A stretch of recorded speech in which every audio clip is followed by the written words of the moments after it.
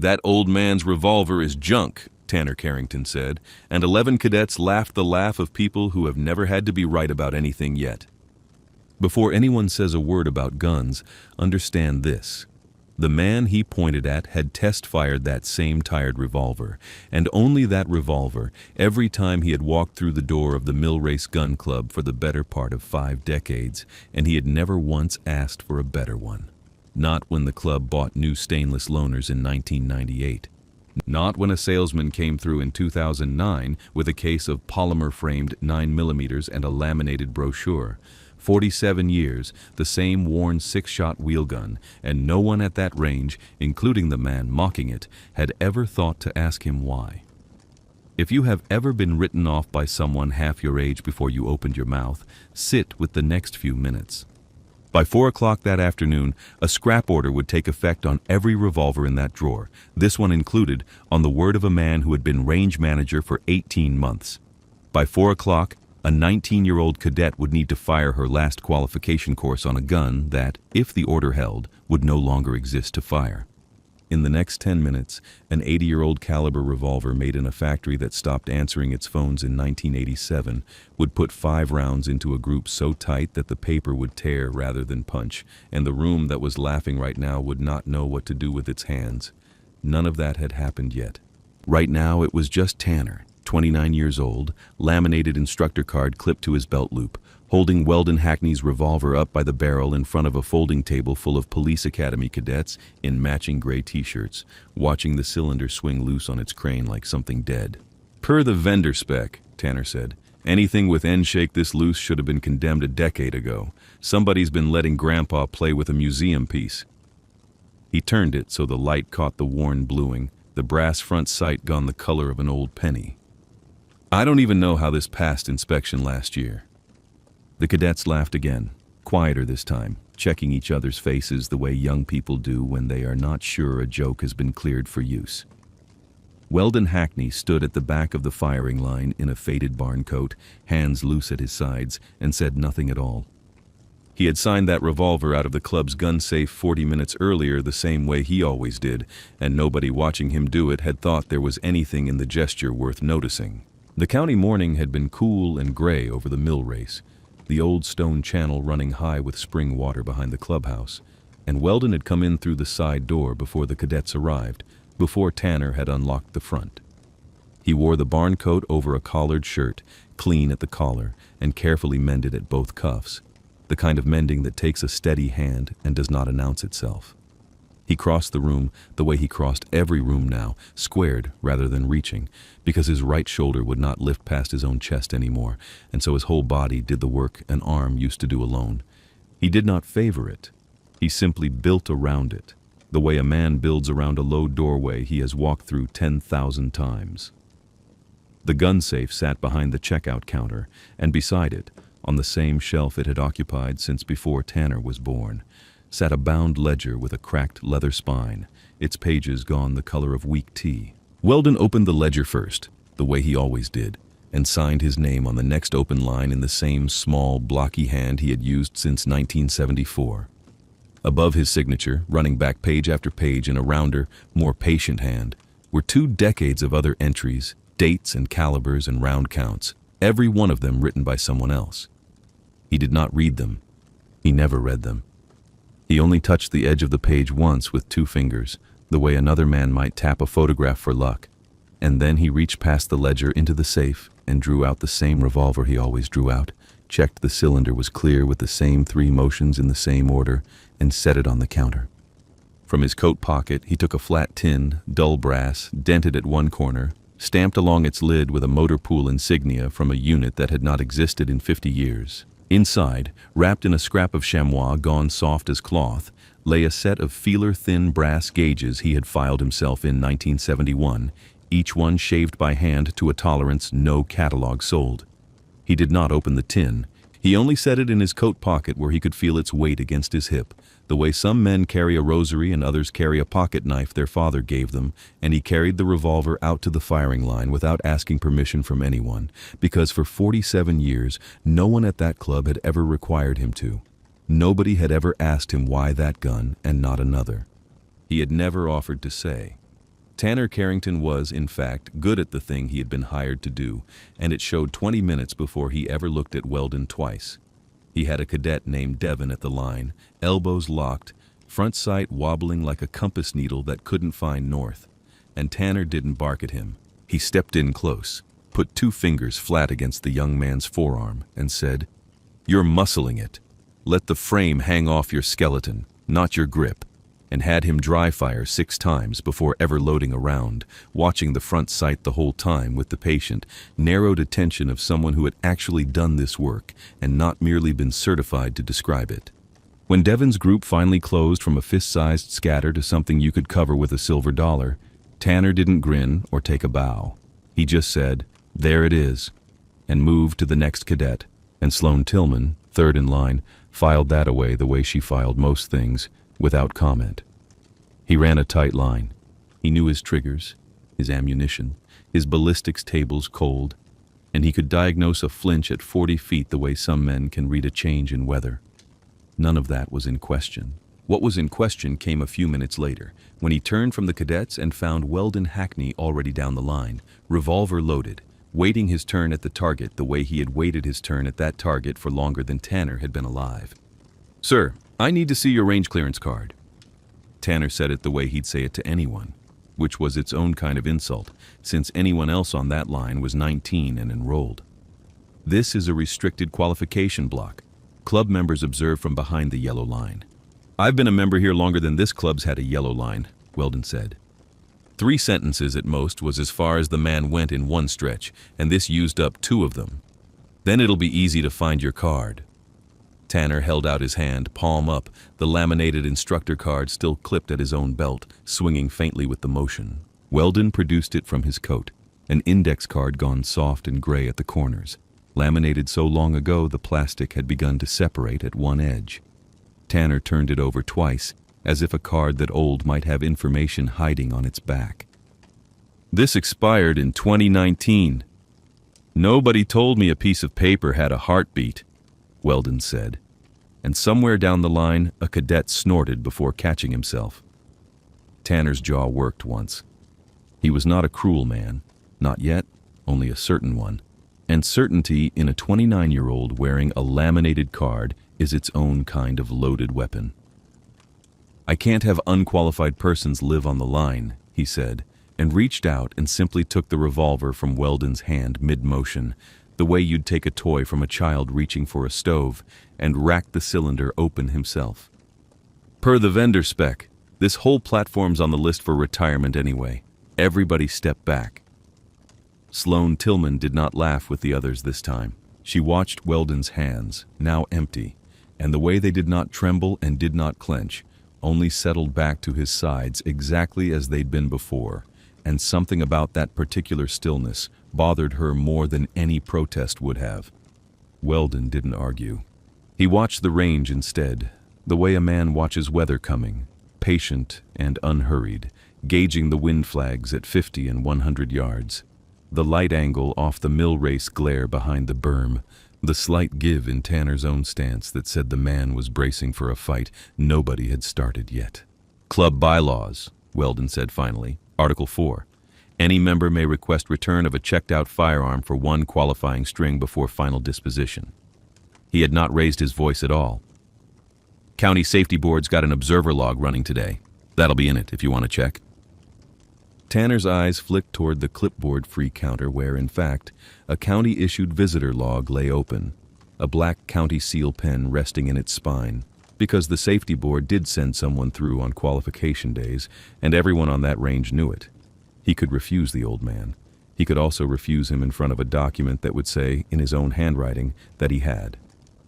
1 string, Tanner said. 5 rounds. Then it goes in the crate with the rest. He set the revolver back on the bench rather than in Weldon's hand, which was its own kind of message, and stepped back to let the old man load it himself. Devon, the cadet with the wobbling sight from 20 minutes before, leaned toward the cadet beside him and murmured, "This is gonna be sad," with no malice in it at all, only the flat certainty of someone who has already decided how a story ends. Sloane didn't say anything. She had moved, without quite deciding to, 2 steps closer to the firing line, close enough to see Weldon's hands. He loaded 5 rounds into the cylinder with the unhurried economy of a man setting a table he has set 10,000 times, thumb rolling each case home. Cylinder swung shut with a motion so smooth it barely made a sound. He did not check the sights twice. He squared his whole body toward the target the way he squared himself to every doorway and every task now. Weight settled back on his heels. The bad shoulder tucked in rather than raised, and for 3 full seconds he simply stood there, breathing. The tin in his coat pocket, a small brass weight against his hip that he did not touch. The first shot broke the quiet like a dropped plank. He fired 5 rounds in under 6 seconds, the report of each one rolling off the mill race stones behind the target line, and when the last one left the cylinder, the range officer's spotting scope, forgotten on its tripod, sat pointed at a paper target that from 50 feet looked untouched. It was not untouched. At 25 yards, the standard distance for that qualification course, 5 rounds from an 80-year-old design, had gone through the black in a cluster so tight the target paper had begun to tear along its own perforation, the holes overlapping into a single ragged wound just wider than a silver dollar. 5 shots that were, for practical purposes, 1 shot fired 5 times. Nobody spoke first. The paper came down on its carrier with a mechanical hum, and Devon was closest, and he was the one who lifted it off the clip with both hands like it might still be hot. He turned it around so the class could see it, and the laughter that had filled that room 20 minutes earlier had nowhere left to go.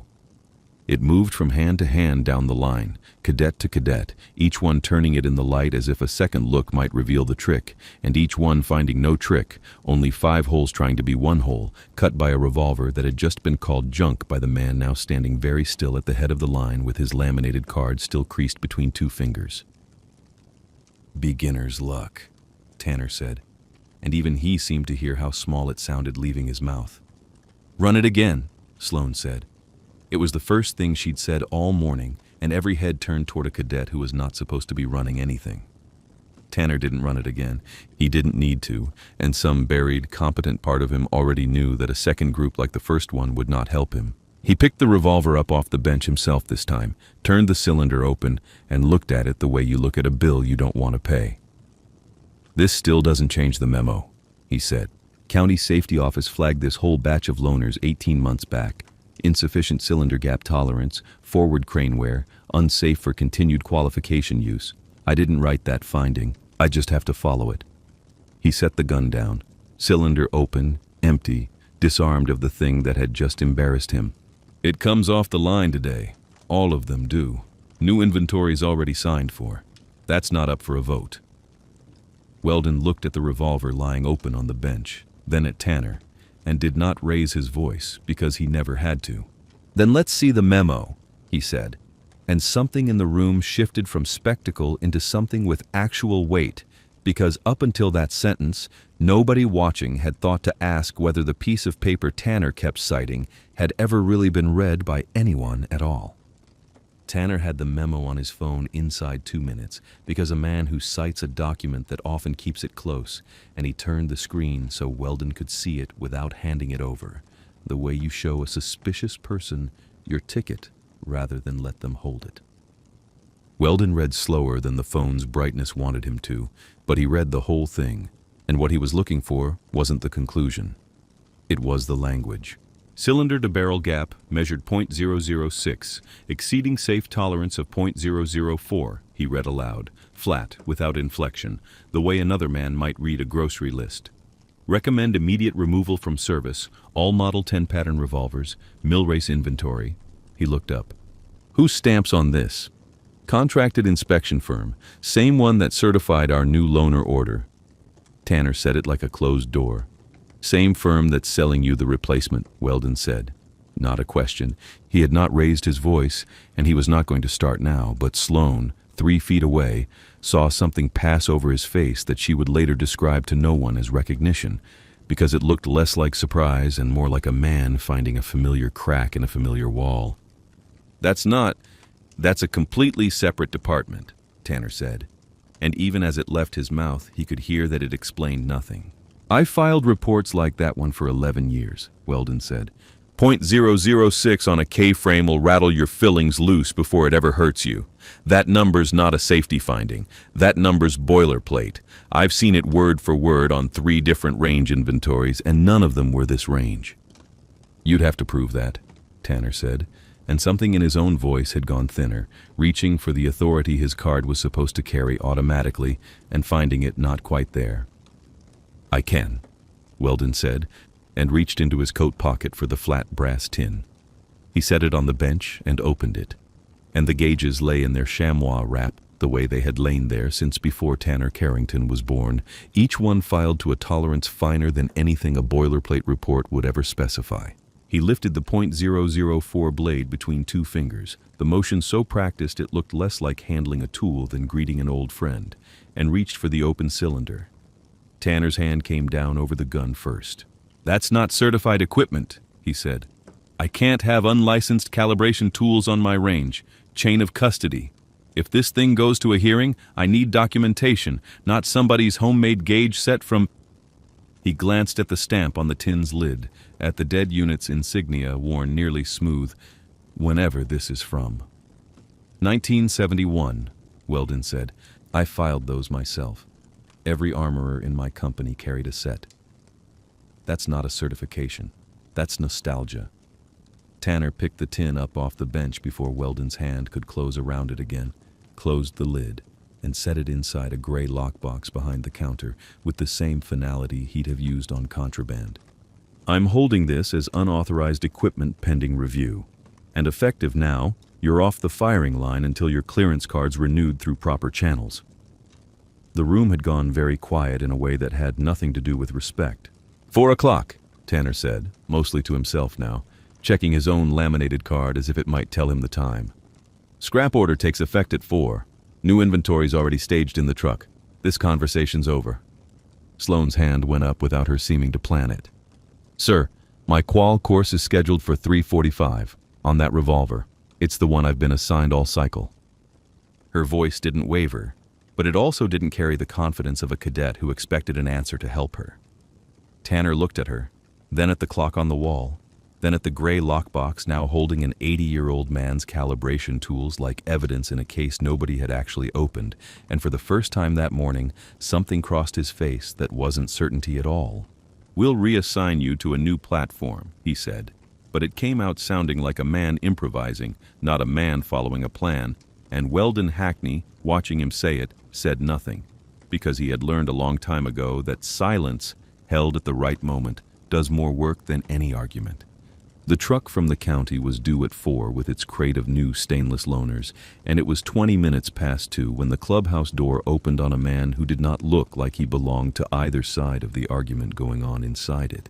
He was somewhere past 60, built like a fence post that had weathered every storm on the property, wearing a windbreaker with County Safety Officer Emeritus stitched small over the breast, the kind of title given to a man the county doesn't want to lose but can no longer justify paying full time. He had a folder under one arm and a limp he did not bother disguising, and he stopped 3 steps inside the door, looked past Tanner Carrington entirely, and found Weldon Hackney standing at the back of the room with his arms loose at his sides. He did not say Weldon's name first. He set the folder down on the checkout counter next to the old ledger, with a care that suggested his hands remembered something his mouth hadn't caught up to yet, and only then did he cross the floor, closing the distance between them with the unhurried, deliberate gait of a much younger man's memory walking around inside an older body. He stopped in front of Weldon and, without a word, reached up and pulled the county cap from his own head, holding it against his chest the way a man holds his hat at a graveside, and stood there a moment simply looking at him. "Staff Sergeant Hackney," he said, and then nothing else, because it seemed for a moment that was the entire sentence he had come to deliver. Tanner, mid-instruction to a cadet at the far bench, stopped talking without seeming to decide to. "Sergeant Major Sedgwick," he said, straightening, the deference in his own voice automatic and unthinking, the reflex of 18 months of county training days spent under this man's evaluation. "We weren't expecting the review board until I moved myself up," Grady Sedgwick said, still looking at Weldon, still holding his cap. "Soon as I saw whose name was on the incident log this morning." He turned the cap once in his hands. "You don't remember me. No reason you should. I was 22, an armorer's assistant at Benning, and you fixed the extractor on my sidearm in about 4 minutes flat with a pocket knife and a bent nail file the week before my unit shipped because the armory'd already closed for inventory and wouldn't reopen the drawer for anybody below a captain. He set the cap down on the bench beside the open, empty revolver. That extractor's the only reason my weapon fed right the one time in 11 months it mattered. I've thought about that 4 minutes more than I've thought about most of the rest of that year. Weldon didn't say anything for a moment. Then, nail file bent easy, extractor spring didn't. Grady laughed, short and rough, and it did something to loosen the room that nothing else had managed all day. Then he turned to Tanner, and the warmth stayed in his face, but something harder moved in behind it. I understand there's a scrap order going into effect at 1600, he said. And I understand it's resting on a contractor inspection report from 18 months back. Yes, sir. Filed under the County Safety Office, Item 441, cylinder tolerance failure across the Model 10 inventory. Tanner had the memo up on his phone again, holding it out like a man presenting a receipt.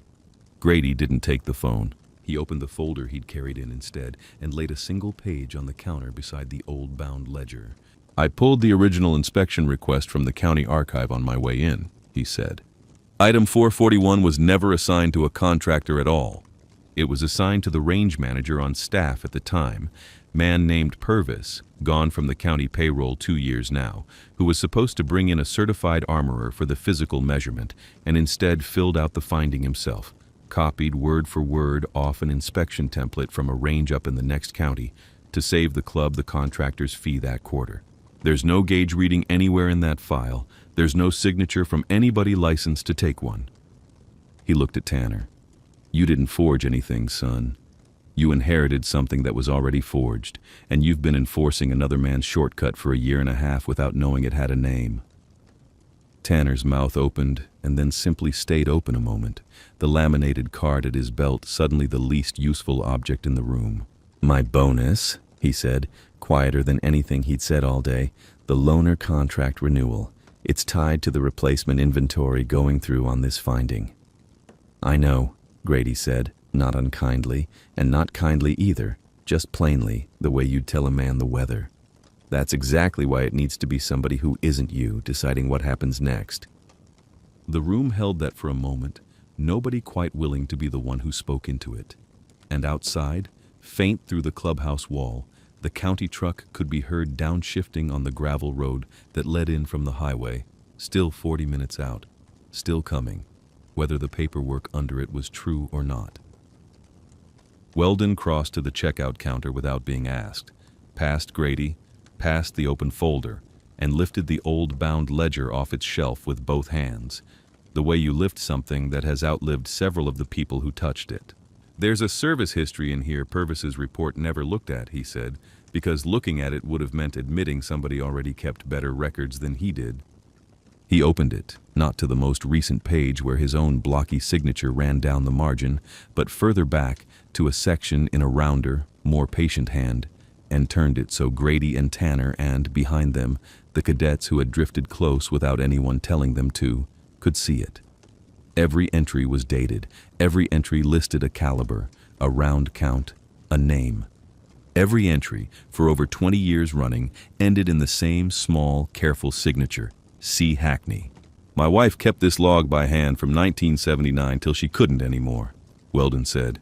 Every gun that came in or went out of this club, every cleaning, every round count, she wrote it down because nobody ever told her she had to, and she thought somebody ought to. He turned 2 more pages, and there, in Cora's hand, dated a full decade before the forged inspection, was an entry. Cylinder gap checked, gauge .0035, within spec WH. She logged the very measurement Purvis's report claims was never taken, on this gun, 10 years before he wrote his. Sloan Tillman, close enough now to read the page upside down, went very still, not with the frightened stillness of the morning, but with the stillness of someone watching a door open onto a room bigger than the one she'd thought she was standing in. Why this gun? She asked before she could stop herself. Out of the whole inventory, why do you only ever check this one out? Weldon looked at the page a long moment before he answered, and when he did, it was the plainest thing he'd said all day. Because she was the one who always checked it back in. he said. "Every other gun in that safe, somebody else logged eventually. This one, for 20 years, only ever had her hand on the page after mine. I don't clean it for the club." He closed the ledger, gentle, the way you'd close a door on a room you didn't want to disturb. "I clean it because it's the last place her handwriting still answers mine." Nobody in the room tried to fill the silence that followed that, and Grady Sedgwick, who had come in prepared to relitigate a memo, found himself instead simply standing with his cap still off, looking at a page of a dead woman's handwriting like a man reading scripture he hadn't expected to find in a gun club ledger. Tanner Carrington was the one who finally moved. He didn't say he was sorry, not in so many words, because the word had gotten cheap standing next to what he'd just seen. He walked instead to the cadet roster clipped near the door, found Sloan Tillman's qualification sheet, unclipped it himself rather than sending it down the line through a subordinate the way the morning's business had gone, and crossed the room to hand it to her directly. "Your course still runs at 3:45, he said. "On this revolver. I'll log the platform change myself, if the county even asks for one, which after today, I don't think they will." He looked at Weldon, and something in his posture had come unbuilt since morning, the certainty gone soft at its edges in a way that looked less like defeat than like room being made. "I'm sorry I called it junk." Weldon didn't tell him it was fine. He only nodded once, the way you accept a delivery, and said, "It's a good gun, always was. You were just reading the wrong page on it." The county truck arrived at 4 o'clock exactly, and its driver was told, politely, that today's pickup had been postponed pending a records review, and he shrugged, logged the delay on a clipboard of his own, and drove back out the gravel road the way he'd come, the crate of stainless loaners still riding empty in the bed behind him. 6 weeks later, the County Safety Board issued a 2-line amendment to its loaner firearms policy, requiring any future condemnation finding to be countersigned by a licensed armorer physically present for the measurement, and it named no one, the way institutional corrections rarely do. But everyone at the Mill Race Gun Club who'd been in that room in the spring understood exactly which afternoon had written it. Sloan Tillman qualified that same day with a group that would not have embarrassed the one thrown 5 hours earlier by a man 3 times her age, and she graduated the academy that autumn, and on the first Saturday she had off duty in her new gray and navy uniform, she drove out past the mill race and found Weldon Hackney at the same checkout counter, in the same barn coat, signing the same revolver out of the same drawer. "They still let you have first pick," she said, not quite a question. "Nobody's ever told me different," he said, and there was, for the first time she'd seen, something almost like a smile at the corner of it. She stayed and watched him shoot that afternoon, not because there was anything left to prove, but because some things are worth watching a second time once you know what you're looking at. And his 5 rounds went into the black the way water finds the low ground, unhurried, inevitable. 5 holes trying, as always, to be one. When the string was done, he broke the cylinder, cleared it, and carried it back to the counter himself. He set the flat brass tin down beside the ledger, the two of them resting together on the same worn shelf they'd shared for going on 50 years, his tools and her handwriting, his gauges and her 20 years of careful entries, side by side the way they'd have wanted to be if anyone had ever asked them. He didn't lock the drawer. He never had. Some things, he had learned, keep better when you trust the room around them to hold what you can't carry alone forever. And he closed it soft, the way you close a door on someone sleeping, and left it unlatched for whoever came next to open. If there is someone in your life whose quiet work never got its due, the ledger nobody else kept, the labor nobody signed for, say their name where you are, even if no one else in the room knows why. Outside, the mill race ran on the way it had for over a century, carrying water past a building that remembered, in its own worn ledgers and its own dented tin, exactly who it belonged to.